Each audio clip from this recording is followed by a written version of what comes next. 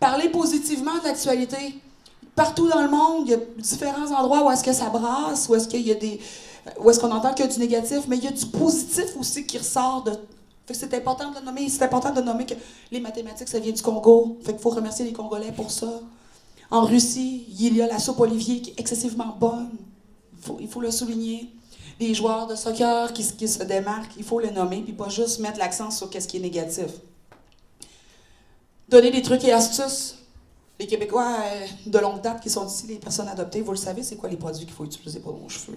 On connaît qui vend des bons produits. On a eu l'expérience. Ben, partagez-le, là. Hein? Comme moi, l'hiver, je mets pas de tuque, parce que je sais que c'est la friction. Je préfère mettre des cache-oreilles. Savoir expérientiel. Le savoir expérientiel. Exactement, oui. Mais aussi, il y a beaucoup d'entreprises afro-québécoises qui vendent des produits. Donc là, c'est une opportunité pour nous d'aller parler aux parents adoptants, d'aller... Fait que là, on fait l'échange des deux, on fait le développement économique aussi avec ça, mais... Oui! Mais c'est pour ça que c'est important, la société pluraliste, qu'on se rend compte. On dit que ça fait que le Québec, il est plus fort aussi. Oui. Donner des petits trucs de vie, donc, on le dit. Expliquer, des fois, certaines décisions.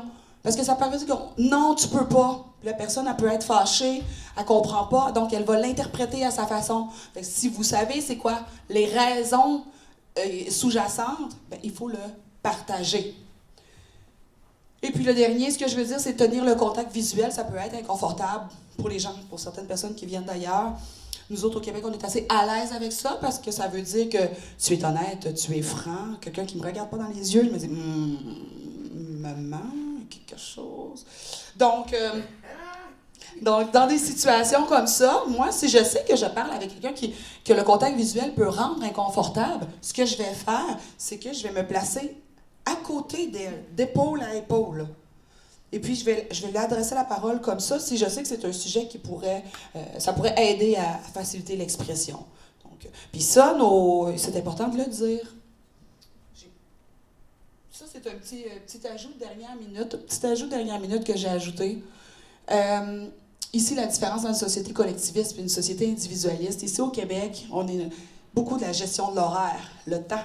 Le temps, je suis pressée. Je me lève, je suis déjà en retard. Mon rendez-vous est à 13h, j'arrive à 13h. Tu es en retard. OK? ça fait déjà 15 minutes, j'attends. Oui, mais c'est à 13h, pas grave. Moi, je m'attends que tu sois là. C'est ça. Donc ça, c'est important de le dire. Un Québécois qui dit « Ouais. Est-ce que tu as fait telle chose? Ouais. As-tu fait ton abri tempo? Ouais. Et ça ressemble à un non. Ouais.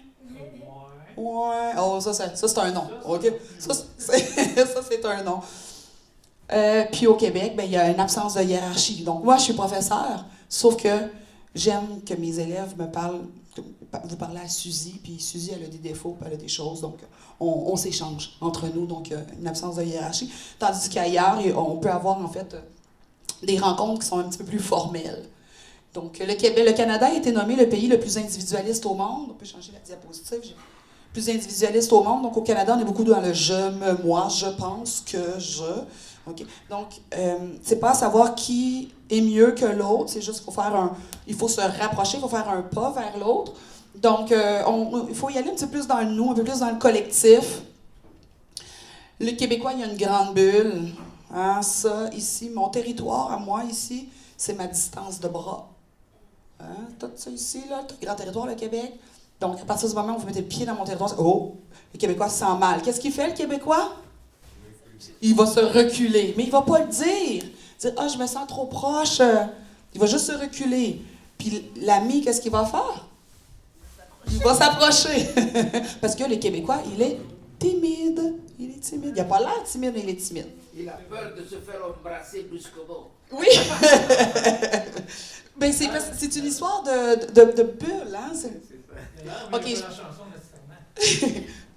Pour la connaissance, parce que c'est important que les Québécois ou les personnes adoptées fassent le pont interculturel. Donc, il faut partager ça. Selon Code Québec, donc les G, c'est des firmes de sondage. Ils ont questionné à savoir, mais comment ils sont les Québécois? Ben, les Québécois, ils sont comme ça. C'est du monde heureux. Ça aime sourire, les Québécois, l'humour, les humoristes. C'est un monde heureux. C'est un monde qui est consensuel. Consensuel, ça vient de la communauté autochtone, Première Nation. Hein, il faut pas qu'un sujet fasse polémique. Là. On n'aime pas ça, la chicane. On va préférer garder silence. On est dans une réunion, les réunions formelles, je suis pas d'accord. Je vais pas le dire à ce moment-là, je vais plus aller le dire après la réunion, dans l'informel. La machine à café. C'est la machine à café. Hey, ouais, tu sais, tantôt, il parlait de ça. Okay. Donc, il est consensuel. Il est détaché un petit peu, victime. En fait, ça, c'est en lien avec les Anglais, les Français, la guerre, Wolfe, Montcalm, tout ça. On a comme une petite quête ici. Villageois. Villageois, en fait, ce que ça veut dire, c'est que on aime le Québec. On vit dans la joie, mais on aime le Québec. Les Québécois, ils vont dire ici, chez nous, au Québec. Puis les gens ils vont dire oui, t'es un Canadien. Non, Québécois. T'es Québécois, moi, pas Canadien. Canadien français. Non, Québécois. Donc, c'est ce que ça veut dire au niveau villageois. Le Québécois est créatif parce qu'il a dû construire, le Québec avec peu de moyens. Alors, c'est quelqu'un qui est très créatif et quelqu'un qui est très fier aussi. Fait que si je vous demandez, c'est quoi les caractéristiques? C'est les 7 suivantes. Ici, là, Esther, c'est le bout où est-ce que je suis pas capable de le faire sans pleurer. Fait que là, je vais essayer de vous le lire dans ma conclusion. OK. Donc, en gros, je dis, les personnes adoptées ont des forces uniques. Nous sommes des forts et des pionniers dans la quête identitaire. Nous avons dû, dès notre plus jeune âge, nous interroger sur qui nous sommes, d'où nous venons, où nous voulons aller. Ce questionnement profond nous a obligés à développer des mécanismes d'adaptation parfois matures, parfois immatures, mais toujours dans la volonté de trouver sa place. Aujourd'hui, grâce à des initiatives comme celle-ci, merci beaucoup, nous avons la chance d'être reconnus et entendus, mais cela, ça ne doit pas s'arrêter aujourd'hui. La Semaine québécoise des rencontres interculturelles finit le 10, mais à l'occasion de cette semaine des rencontres de la SQRI, tendons la main à ceux qui, comme nous, cherchent à comprendre, à s'affirmer et à s'intégrer. Que ce soit dans le cadre d'une adoption, d'une immigration ou simplement d'une quête personnelle, nous avons tous besoin de soutien, d'écoute, de respect et j'ajouterai d'empathie. Je vous invite à continuer à bâtir ces ponts tout au long de l'année. Soyons présents pour aider l'autre à trouver sa voie, à renforcer sa confiance et à s'affirmer dans toute sa diversité. Ensemble, nous pouvons créer un Québec qui est plus inclusif, où chacun trouve sa place, où chacun peut pleinement s'épanouir. Merci à tout le monde pour votre présence, votre engagement. Moi, je vais juste vous dire que quand j'étais jeune, j'étais très, très, très timide. Puis c'est à force de prendre la parole, de mettre des petites réussites dans mon sac à dos que j'ai réussi à avancer puis être avec vous autres aujourd'hui. Donc, merci beaucoup tout le monde. Merci infiniment. Merci pour votre confiance. Puis je vous laisse parce que je fais des ponts interculturels, mais je fais des ponts interculturels presque 24 heures sur 24, 7 jours sur 7 et ça depuis très, très longtemps. Donc, j'ai un groupe Facebook qui s'appelle Soutien interculturel. Puis je vous y invite. J'ai rien à vendre. J'ai pas de parti politique. C'est juste du volet éducatif. Éducation pour la famille, quelle pelle choisir selon quel type de neige, les rabais de la semaine à l'épicerie, la protection du consommateur. Donc, je vous invite fortement. Très pédagogique. Merci beaucoup tout le monde.